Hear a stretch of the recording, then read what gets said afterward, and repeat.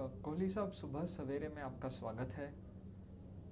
धन्यवाद। मैं आपके द्वारा सभी अपने पॉलिसी धारकों को नमस्कार करना चाहूँगा और आपका भी धन्यवाद करना चाहूँगा।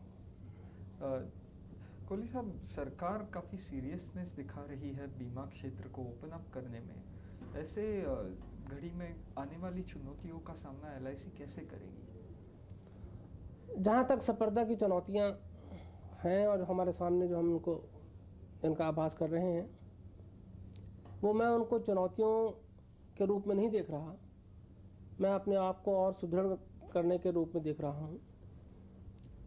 जो कदम हमने कुछ एक अरसे से उठाए हैं वो सुदृढ़ता की ओर से ही उठाए हैं। जहाँ तक हमारी पॉलिसी धारकों की सेवाओं का प्रश्न है, जहाँ तक हमारी बाज़ार में अपने आप को सुदृढ़ करने का प्रश्न है, नई बीमाओं की सेवा, बीमाओं की स्कीमें और इन सब जो नई गतिविधियाँ हम किए जा रहे हैं और करने जा रहे हैं, इनसे जो संस्था का रूप होगा वो एक नया रूप होगा। और उसमें मुझे अंश मात्र भी ये शंका नहीं है कि स्पर्धा को हम, उस चैलेंजेस को हम एक्सेप्ट नहीं कर पाएंगे, उस चैलेंजेस को हम फेस नहीं कर पाएंगे। हम काफ़ी स्ट्रांग हैं जहाँ तक चैलेंजेस का प्रश्न है।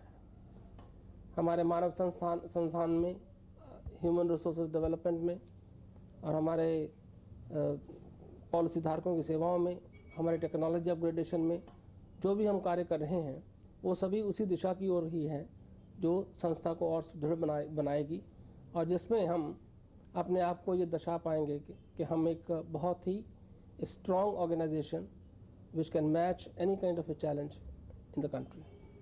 एक वेलफेयर स्टेट में अपनी कॉरपोरेट रिस्पॉन्सिबिलिटी को फुलफिल करने में एलआईसी कितनी सफलता मानता है अपने आप? जहाँ तक प्रश्न है हमारा योगदान देश की विकास में, देश के विस्तार में भी, एक महत्वपूर्ण आंकड़े जो मैं आपको बताना चाहूँगा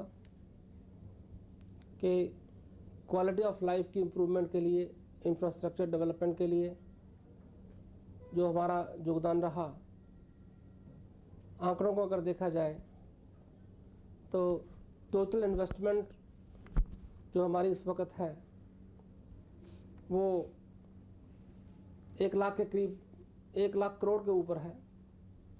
और उस आंकड़ों में सिर्फ गत वर्ष की मैं अगर बताऊं तो 12,242 करोड़ जो है वो हमारा हाउसिंग सेक्टर में हुआ, 9,500 करोड़ के करीब इलेक्ट्रिसिटी में, 2300 के करीब वाटर सप्लाई में और सीवरेज में, और 600 के करीब हमारा ये रोड ट्रांसपोर्ट में धन लगा। ये सभी जो हमारी योगदान है ये देश के विकास के लिए, और इसके ऊपर जो सारी स्कीमें हमारी हैं कि बीमा सुरक्षा प्रदान करना एक न्यूनतम समाज के वर्ग को थ्रू हमारी जो स्कीम है RGLIS और IRDP और छोटे वर्ग की और कई स्कीमें जो ग्रुप इंश्योरेंस की हैं, उन सबको अगर देखा जाए तो भारतीय जीवन बीमा निगम का योगदान सामाजिक विकास में और राष्ट्र के विकास में काफ़ी महत्वपूर्ण रहा है। बीमा क्षेत्र ओपन अप होने से बड़ी कंपनियां आएगी और इससे प्रॉफिट पर ज़्यादा ध्यान दिया जाएगा। क्या राष्ट्र का विकास, राष्ट्र का हित, ये सब बातें पीछे रह जाएंगी? क्या एलआईसी को भी सिर्फ प्रॉफिट्स के बारे में ही सोचना पड़ेगा? व्यवसायिक संस्था होते हुए लाभ की तरफ तो देखना चाहिए और चलना भी चाहिए, किंतु लाभ का प्रयोग कैसे होता है ये बहुत महत्वपूर्ण है। जो भी लाभ हमारी गतिविधियों से, हमारे व्यवसायिक वृद्धि से होगा वो समाज और देश में ही लगेगा और समाज और देश के कल्याण में ही लगेगा। इस साल का बजट, यशवंत सिन्हा का बजट, बात करता है इकोनॉमिक डेवलपमेंट की जो समाज के सभी क्षेत्रों में पहुंचे। क्या एलआईसी भी इस काम में अपने आप को कोई मदद करते हुए या कोई रोल निभाते हुए देखता है?